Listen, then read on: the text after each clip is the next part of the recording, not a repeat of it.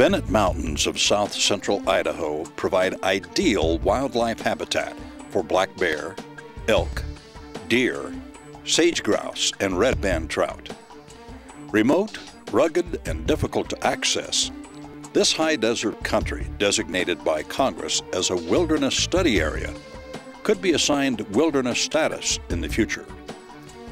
But a real and quickly growing threat to this pristine area now endangers the wildlife, the rivers and hills, and any future for ranching and recreational uses. Left unchecked, these encroachments will cause the wilderness we once enjoyed to disappear forever.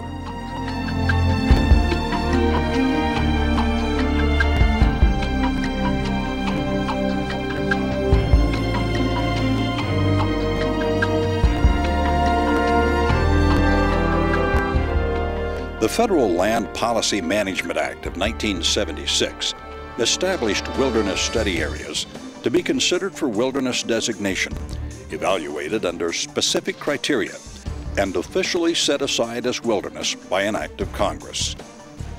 Section 603C of this act states specifically that during this period of review, the Secretary shall continue to manage such land in a manner so as not to impair the suitability of such areas for preservation as wilderness. This non-impairment clause carries significant responsibilities for interim land managers, including permit-only activities, except grandfathered existing rights, that create no new surface disturbance nor involve permanence of structures. Lands under review may not be closed for mining appropriation to preserve wilderness suitability. Valid existing rights must be recognized. All lands must be managed to prevent unnecessary or undue degradation. Clearly, by law, wilderness study areas must be protected until Congress determines their suitability as wilderness. But as the population of Idaho increases, so has the demand for recreational use.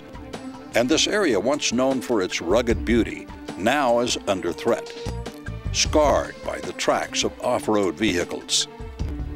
ATVs significantly disturb wildlife habitat and erode steep hillsides into what once were deep, refreshing pools along the creek, critical breeding ground for the red band trout.